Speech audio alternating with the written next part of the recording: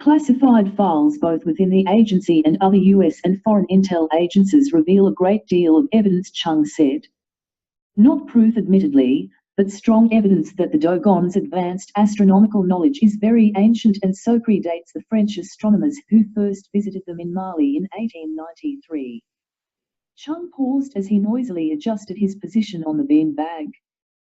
This essentially debunks the popular myth that the Dogon people had no astronomical knowledge to speak of before 1893, and was simply regurgitating the French. Well, let's focus on the lack of proof then, Daly interrupted.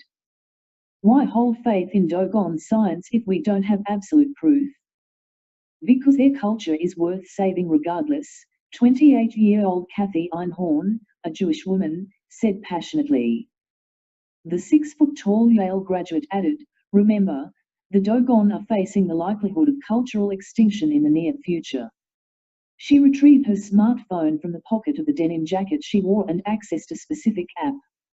A large, colorful hologram suddenly appeared, like magic, in the air just above the pyramid. No one was surprised. American intelligence had been using holographic technology for decades now, almost as long as the US military had. Einhorn's hologram depicted a map of Mali. She pressed digital icons on her phone's screen to zoom in so that the holographic map focused on Mali's central plateau region where the Dogon reside. The map seemed to shimmer in the sunlight. Chung closed the blinds and the hologram was immediately enhanced. As we speak, the Dogon are being attacked by militant Muslims and other religious groups, right? There, Einhorn said as red holographic arrows appeared above half a dozen villages highlighted on the map. Our sources confirm some factions within the current Mali government want the Dogon eradicated, too. These poor people are getting slammed from all sides for the very reasons we want to protect them. They hold ancient knowledge. She looked directly at Daly. Paradoxically, just as that knowledge is a threat to organized religions and established beliefs, it could also be crucial to America's future, and the world's future, too. Still not convinced, Daly remained expressionless as he continued to video proceedings. You expect me to believe that any knowledge or wisdom to be found inside the heads of African desert nomads could somehow be crucial to our future? He asked. Hell, yeah, 30-year-old transgendered, female to male, think tank member Bryce McNichol said, incensed. Pushing himself to his feet, he said, we are talking free energy methodologies, interstellar engineering designs. Possibly even recovered ancient alien technologies. The handsome transgender gestured to the replica pyramid before them, not to mention how the pyramids were constructed. And our best scientists working on classified research projects claim all of those theories are quite possible. Thus the secrets the Dogon hold may help us in innumerable ways. Well, Daly responded, what evidence do we have that they were aware of the Sirius thing before the French astronomers visited them? He referred to a mystery that had long puzzled modern-day astronomers. A lot, actually, Chung said, reinserting himself into the discussion. For example, many researchers believe the Dogon have work tools and implements whose shape is identical to Canis Major, or the Sirius constellation. That includes Sirius B, the white dwarf star invisible to the naked eye. As Chung spoke, Einhorn played with her smartphone. Above the replica pyramid in their midst, a new holographic image of a ceremonial Dogon hunting tool appeared with a map of the heavens superimposed behind it. Various points on the hunting tool aligned perfectly with the Sirius constellation and even appeared to align with the white dwarf star Sirius B, her colleague referred to.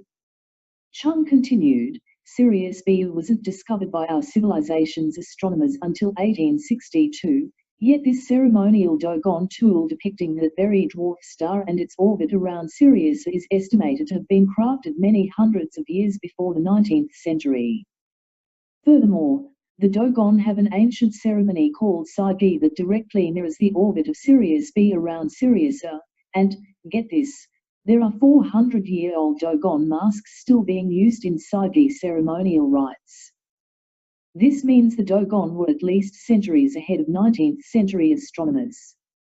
Well, have we or any of our associates reached out to the Dogon themselves to get their opinions on all these mysteries? Daly asked. Yep, Chung said. The Dogon say their astronomical knowledge was passed down in oral tradition and goes back thousands of years.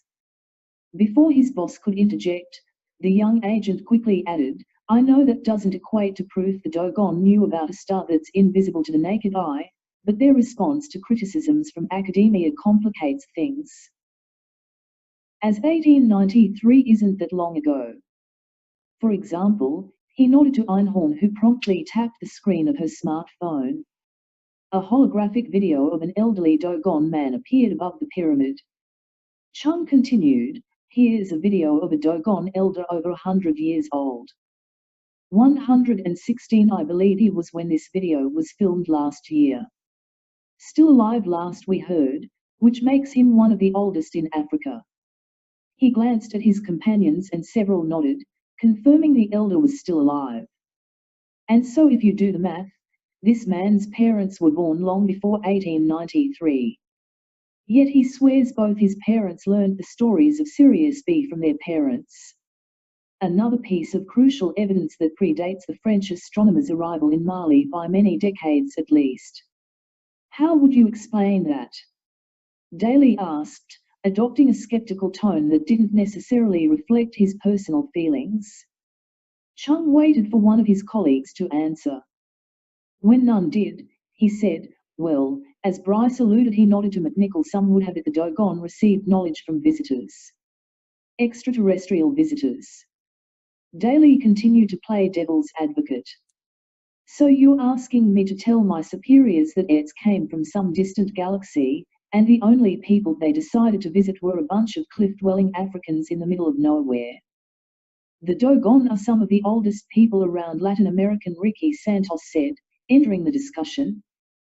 The 33-year-old Stanford University law graduate continued, so if the ancient aliens theory is legit, and by the way, I'm not necessarily saying any of us believe that Ed hypothesis, then potentially the Dogon might be one of the few peoples left on Earth who can remember the visitations, and recite it via their extensive oral tradition. But others around the planet allude to something very similar. Santos looked at Daly, who was still filming. Shall I go on? The senior agent nodded. Santos continued, a good example of what I'm talking about is the Nazca lines in Peru. They seem to be an attempt to communicate with sky gods. Likewise, Australia's Aborigines have various sky beings in their oral traditions. So I think asking why only these people and nobody else isn't really relevant, especially concerning very ancient peoples like the Dogon. That's just a hackneyed line mainstreamers use to try to debunk the possibility of such visitations. Daly was about to reply, when the youngest of the hotshots, 21-year-old redhead Rachel Nider, the gum chewer, and, as it happened, the owner of the highest IQ in the building, spoke up. Many researchers also assume that detailed astronomical knowledge of distant stars invisible to the naked eye would necessitate its coming to our planet. Which is kinda a modern perspective and perhaps a byproduct of a Hollywood-influenced culture. Like, who's to say those who built the pyramids and performed other incredible feats of engineering weren't capable of traveling to Sirius with advanced ancient physical technology created by humans on Earth? Or else something more obscure like exploring the universe using mental techniques, like remote viewing? Daly shook his head in frustration. Can somebody just summarize this for me in a nutshell, and in English, please? All eyes turned to anthropologist Mary Cottrell, who, at 37, was the oldest of the think tank members. Headhunted by the CIA only a year earlier, she'd already successfully completed 2 overseas field assignments, having been fast-tracked into active service by case managers who had quickly identified her unique abilities. There are undeniable connections between scientific and cosmological knowledge encoded in the myths of many cultures, Cottrell said. These cosmo-myths spread from Göbekli Tepe to pre-dynastic Egypt and the Shakti cult of India, and then from India into Egypt again in dynastic times and eventually around the world. The Dogon are preserving a lot of myths from Egypt as well as from other sources such as early Buddhism. Einhorn interjected, saying, a good example being the Maori of New Zealand who have the same myths and use much of the same terminology. Exactly, Cottrell agreed. The Dogon myths and traditions have some authenticity because of parallels in Egypt that involve the same words for the same concepts. We can see this for ourselves in the ancient Egyptian hieroglyphics painted on the walls of caves in the Dogon's homeland. As for their ancient knowledge of Sirius B, I agree with Rachel and don't necessarily think beings came to Earth from there, or from any other planet. After all, the Dogon's astronomical knowledge is part of a treasure trove of scientific knowledge encoded in myths. A treasure trove of scientific knowledge encoded in myths.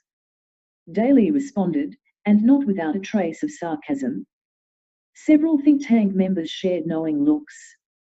Their superior liked to pretend he was a hard ass, but they knew he was a bit of a softy beneath his gruff exterior. Except when he needed to be a hard ass. Undeterred, Cottrell continued, the more I look into it, the more convinced I am there was a human civilization that was advanced in engineering and science, but was largely wiped out by the onset of the near-glacial period we call the Younger Dryas, and nearly finished off by the end of that post-ice age period about 11,500 years ago. Scientists believe a large solar outburst was responsible for the end of the Younger Dryas, remember. Such an event would devastate any advanced technological civilization, be it ancient or modern,